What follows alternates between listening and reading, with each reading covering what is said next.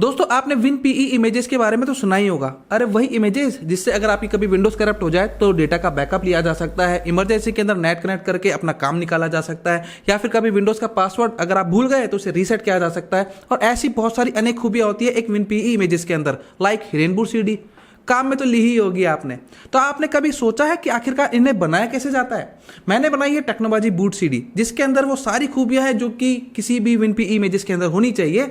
इसके अंदर भी आप इमरजेंसी के अंदर नेट कनेक्ट करके अपना काम निकाल सकते हैं। विंडोज करप्ट हो जाए तो इससे बूट करवा करके आप अपने सिस्टम का बैकअप ले सकते हैं। विंडोज का पासवर्ड भूल गए तो no problem, password reset utility की मदद से आप अपना पासवर्ड रीसेट कर सकते हैं। पार्टीशन को छोटा या बड़ा करना है, पार्टीशन को मैनेज करना है, रीसाइज करना है तो नो प्रॉब्लम, इसके अंदर इसके लिए भी टूल अवेलेबल है। और न जाने ऐसी कितनी अनेक खूबियां हैं इस हमारी WinPE इमेजेस के अंदर। अगर आप भी अपने लिए एक कस्टमाइज्ड WinPE इमेज तैयार करना चाहते हैं तो बस टेक्नोबाजी को सब्सक्राइब कर लेना, क्योंकि हम यहाँ पर इसी तरह की इन्फॉर्मेटिव और नॉलेजेबल वीडियोस लेकर आते हैं। तो don't forget to subscribe Technobaji. तो चलिए आज की टेक्नोबाजी बिना किसी देरी के शुरू करते हैं। तो एक बार फिर से हम आ गए हमारे मशीन के ऊपर प्रैक्टिकल करने के लिए। तो सबसे पहले आपको एक ब्राउजर ओपन करना है और इसके बाद डिस्क्रिप्शन के अंदर आपको एक लिंक मिलेगा। इस लिंक को आपको कर लेना है कॉपी, ओके, और ब्राउजर के एड्रेस बार में इसे कर देना है पेस्ट। अब देखिए यहाँ पर दो तरह के टूल अवेलेबल है, एक है Win10xPE और एक है Win10PE SE। तो यहाँ पे दोनों ही तरीकों से दोनों ही टूल को यूज करके आप एक PE इमेज बना सकते हैं। तो मैं यहाँ पर आपको सेकंड वाला मेथड Win10PE SE इमेज से बूटेबल बनाना बता रहा हूँ। इसके अंदर खास बात यह है कि इसके अंदर आप अपने कस्टमाइज पोर्टेबल सॉफ्टवेयर को भी ऐड कर सकते हैं। ये फीचर Win10xPE में नहीं है, ठीक है, तो हम इसी को यूज करेंगे। तो आपको इस सेकंड नंबर वाले टूल को डाउनलोड कर लेना है। और दूसरी इंपॉर्टेंट बात यहाँ पर आप देख सकते हैं कि ये जो Win10PE SE है ये विंडोज 10 का अक्टूबर 2018 यानी कि 1809 वाला वर्जन ही सपोर्ट करता है। तो इससे ऊपर वाले वर्जन को आपको यूज नहीं करना है। इसके बाद आपको जाना है आपके डाउनलोड्स के अंदर और यहाँ पर जो जिप आपकी डाउनलोड हुई है इसको क्या करना है, एक्सट्रैक्ट कर लेना है।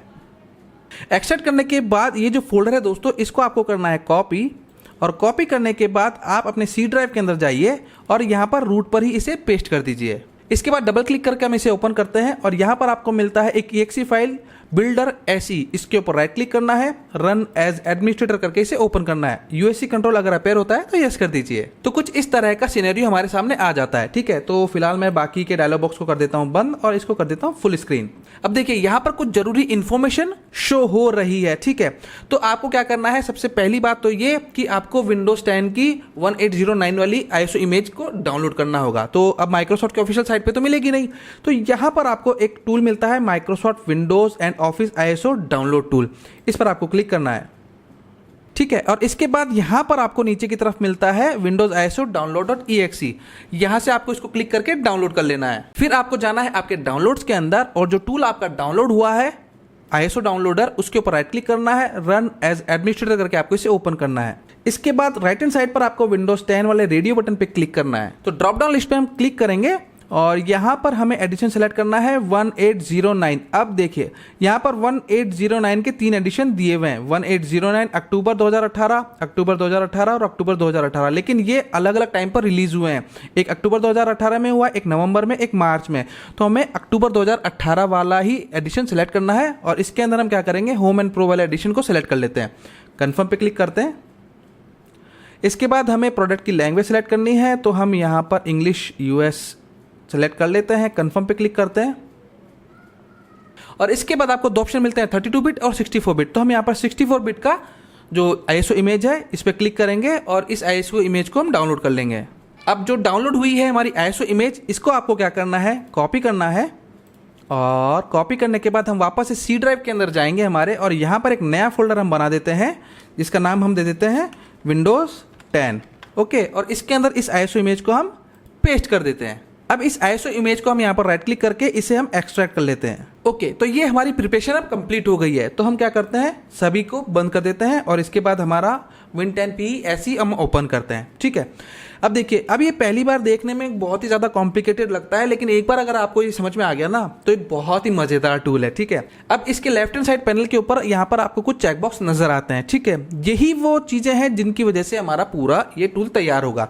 तो सबसे पहला जो चेक है Win10PE SE, इस पर आपको क्लिक करना है और इसके बाद इसका जो सोर्स यहाँ पर बटन दिया हुआ है इस पर आपको क्लिक करना है। और जो हमने विंडोज 10 का फोल्डर बनाया है हमारी C ड्राइव के अंदर, वहाँ पर हमें जाना होगा दिस पीसी में हम जाते हैं, सी ड्राइव में हम जाते हैं, विंडोज़ 10 में जाते हैं और यहाँ पर इसका जो फोल्डर है इसको हमको सेलेक्ट करना है। ओके कर दीजिए। तो ये हमारी विंडोज़ 10 की डायरेक्टरी अब सेलेक्ट हो गई है। ओके, अब इसके बाद हम जाते हैं हमारे कॉन्फ़िग सोर्स फोल्डर के अंदर। ठीक है, तो यहाँ पर आप देख सकते हैं ये हमारा अब सोर्स फोल्डर वही आ रहा है जो आना चाहिए। ठीक है, इसके बाद हम स्क्रिप्ट के अंदर जाते हैं। अब देखिए इसके अंदर हर चीज़ स्क्रिप्ट से डाउनलोड होती है, स्क्रिप्ट के जरिए ही इसके अंदर काम किया जाता है। तो यहाँ पर हर एक ये जो मेन्यू है दोस्तों, यहाँ पर इसके साथ इसका एक डाउनलोड बटन भी दिया हुआ है। अब ये दो तरीकों से काम करता है, या तो आप सारी सेटिंग पहले इसके अंदर कर लें और लास्ट के अंदर जब आप इसे अप्लाई करेंगे तो सारी चीज़ें एक एक करके डाउनलोड होती है। ठीक है, या फिर आप जो जो चीज़ें इस पर टिक करना चाहते हैं उसी पे टिक कीजिए और उसके बाद उसको डाउनलोड कर लीजिए। अब हम एक एक स्टेप्स नीचे आते हैं। ठीक है, कॉन्फ़िग सोर्स के अंदर हम आते हैं। तो यहाँ पर सबसे पहले आपको ये जो डाउनलोड प्लगइन है इस पर आपको क्लिक करना है।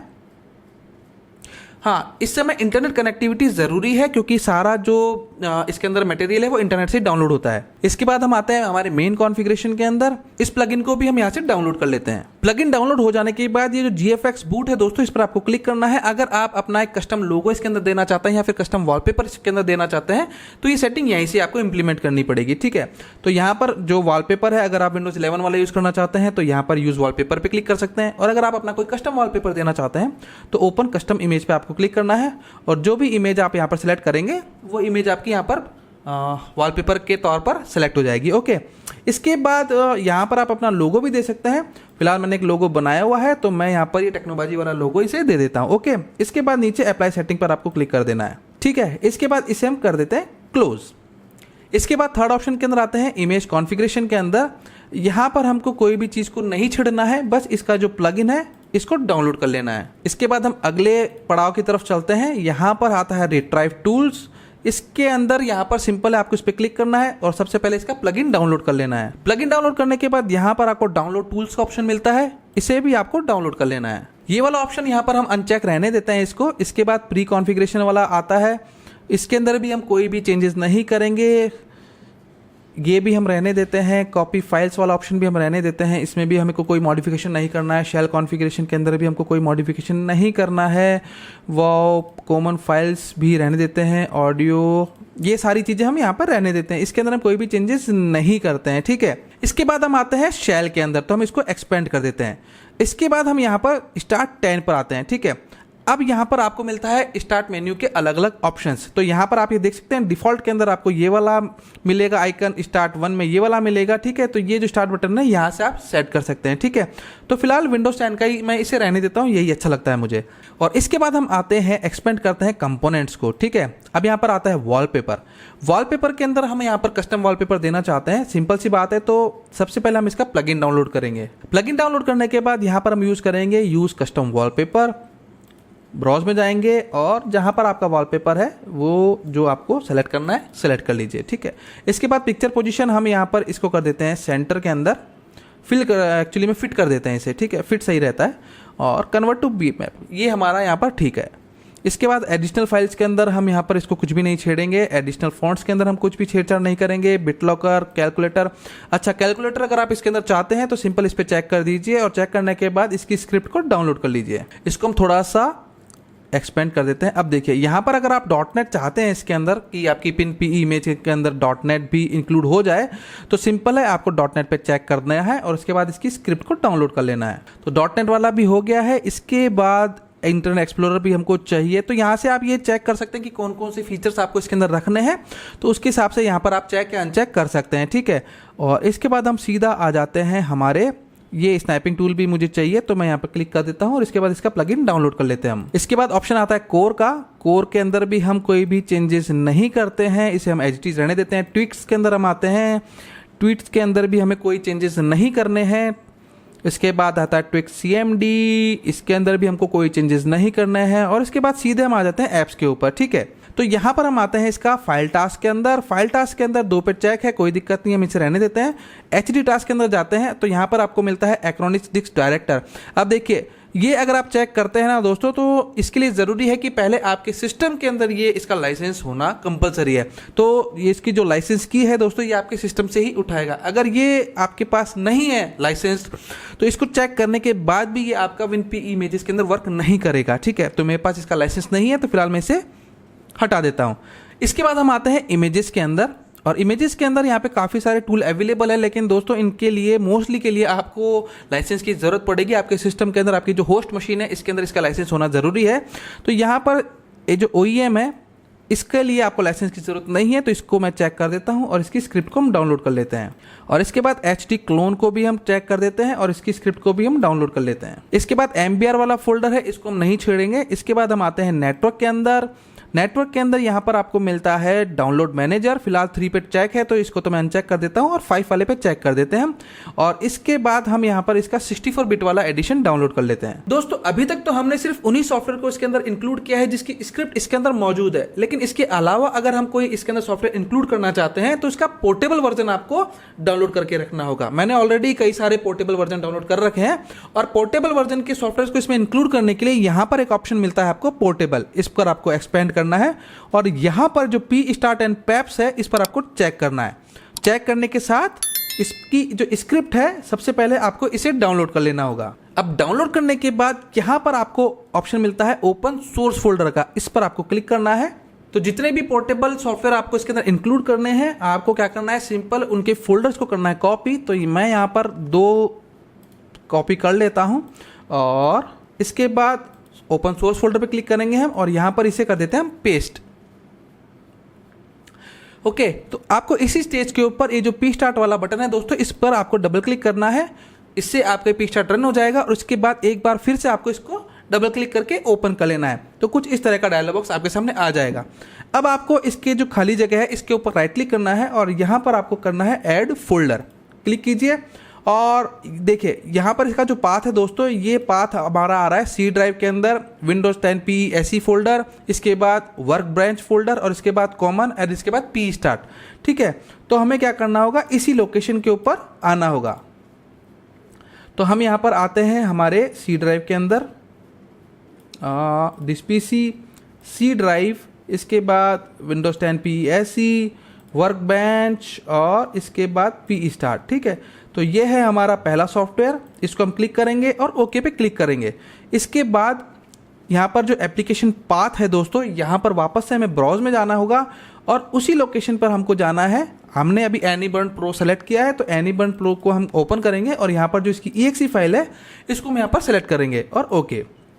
ठीक है, तो ये हमारा सॉफ्टवेयर इसके अंदर ऐड हो गया है। इसी तरह से एक और सॉफ्टवेयर हम ऐड कर लेते हैं। तो राइट क्लिक करेंगे, हम ऐड फोल्डर में हम जाएंगे और एक बार फिर से हमें उसी पाथ में जाना है। C ड्राइव के अंदर हम जाते हैं, Windows 10 PE SE फोल्डर के अंदर हम जाते हैं, वर्क बेंच में हम जाते हैं, इसके बाद P स्टार्ट और इसके बाद पावर ISO। ठीक है, ओके कर दीजिए। इसके बाद ये जो डायलॉग बॉक्स ओपन होता है इसके बाद हम ब्राउज में जाएंगे और पावर ISO वाला जो फोल्डर है यहाँ से हम इसे सेलेक्ट कर लेते हैं। ओके, तो ये हमारा सेलेक्ट हो गया है। सिंपल ऐसे ही जितने सॉफ्टवेयर इसके अंदर आप ऐड करना चाहते हैं कर लीजिए और सिंपल इसको आप क्लोज कर दीजिए। तो आपके कस्टमाइज पोर्टेबल ऐप्स का टास्क तो यहाँ तक कंप्लीट हो जाता है। इसके बाद नीचे आता है सिक्योरिटी ऑप्शन, इसके बाद पासवर्ड है और पासवर्ड वाला जो है विंडोज़ लॉगिन अनलॉकर, इसको भी हम चेक कर देते हैं और चेक करने के बाद इसको स्क्रिप्ट भी हम डाउनलोड कर लेते हैं। और इसके बाद हम आएंगे सिस्टम टूल्स के अंदर, इसको हम एक्सपेंड करते हैं और सिस्टम टूल्स के अंदर हमें यहाँ पर विंडोज सेटअप जो है एंटी सेटअप, इसको आपको चेक करना है। ठीक है, और इसकी भी स्क्रिप्ट को हम डाउनलोड कर लेते हैं सिंपल। इसके बाद बचता है ड्राइवर ऑप्शन, ड्राइवर को हम एज इट इज रहने देते हैं, इसके अंदर हम कोई भी छेड़छाड़ नहीं करेंगे। इसके बाद फाइनल्स के अंदर हम आते हैं। ओके, अब यहाँ पर ये जो क्रिएट ISO का ऑप्शन है दोस्तों, इस पर आपको क्लिक करना है। इसके बाद यहाँ पर है use custom ISO file name, इसके अंदर आप अपनी फाइल नेम का क्या नाम देना चाहते हैं वो आप यहाँ पर दे सकते हैं। तो मैंने यहाँ पर दे दिया है टेक्नोबाजी PE। और इसके बाद ये जो वॉल्यूम नेम आ रहा है दोस्तों, यहाँ पर भी मैं इसे टेक्नोबाजी PE इमेजेस ही दे देता हूँ। ओके, और सिंपल है। इसके बाद ये जो वर्चुअल टेस्ट है ये हमें अनचेक कर देना है। तो मोस्टली सारा टास्क यहाँ पर हमारा कंप्लीट हो गया, सारी सेटिंग्स हमने यहाँ पर कर ली है। और इसके बाद सिंपल है, आपको ये जो राइट हैंड साइड पे प्ले बटन दे रखा है दोस्तों, इस पर आपको क्लिक कर देना है। यहाँ पर एक बार सोर्स फोल्डर ये आपसे दोबारा पूछ रहा है, तो सोर्स फोल्डर हमने दिया था C ड्राइव के अंदर, तो हम दिस PC में आते हैं, C ड्राइव के अंदर आते हैं, Windows 10 के अंदर आते हैं और यहाँ पर ये रहा हमारा Windows 10 का फोल्डर और ओके पे क्लिक कर दीजिए। अब जितनी भी स्क्रिप्ट्स हमने यहाँ पर सेलेक्ट की है, डाउनलोड की है, वो सब एक कंबाइंड होने लग जाती है और एक आपकी Windows 10 की PE इमेज बनके रेडी हो जाएगी। और इसके अंदर आपको थोड़ा सा टाइम लग सकता है, डिपेंड करता है कि कितनी स्क्रिप्ट्स आपने सेलेक्ट की है, कितने पोर्टेबल सॉफ्टवेयर इसके अंदर आपने इंक्लूड किए हैं। पोर्टेबल सॉफ्टवेयर की जहाँ तक बात है दोस्तों, तो उस स्टेज पर जहाँ पर ये इमेज तैयार करेगा तो हो सकता है कि कुछ देर के लिए आपका जो सिस्टम है वो फ्रीज हो जाए, नॉट रेस्पॉन्डिंग हो जाए। तो यहाँ पर आपको पेशेंस नहीं खोना है, क्लोज मत कर दीजिएगा इस एप्लीकेशन को। बैकग्राउंड के अंदर टास्क चल रहा है और थोड़ी देर बाद आप देखेंगे कि आपकी विंडोज 10 की पीई इमेज रेडी हो चुकी है। ISO कंप्लीट जनरेट हो चुकी है हमारी और ये जो एप्लीकेशन है ये अपने आप स्टॉप हो चुकी है। तो एक बार हम इसे कर देते हैं मिनिमाइज और ISO हमारी जहाँ सेव होगी वो लोकेशन है, दिस पीसी पे आपको जाना है, सी ड्राइव पे आपको जाना है और ये जो टूल का जो फोल्डर है इस पर आपको जाना है और यहाँ पर ऊपर फोल्डर मिलता है आपको ISO, क्लिक करना है और ये रही हमारी ISO। ठीक है, और आप देख सकते हैं तकरीबन 1 GB के आसपास अप्रॉक्स इसका साइज हुआ है। ठीक है, तो अब आप इसे रिफ्यूज से पेन ड्राइव बूटेबल बनाइए और जब चाहे इस्तेमाल कर लीजिए। इस टूल की बेसिक जानकारी मैंने आपको दे दी है कि इसे कैसे इस्तेमाल किया जाता है। जितना ज़्यादा आप इसको स्टडी करेंगे उतना बेहतर आप अपने लिए अपनी कस्टमाइज WinPE इमेज तैयार कर पाएंगे।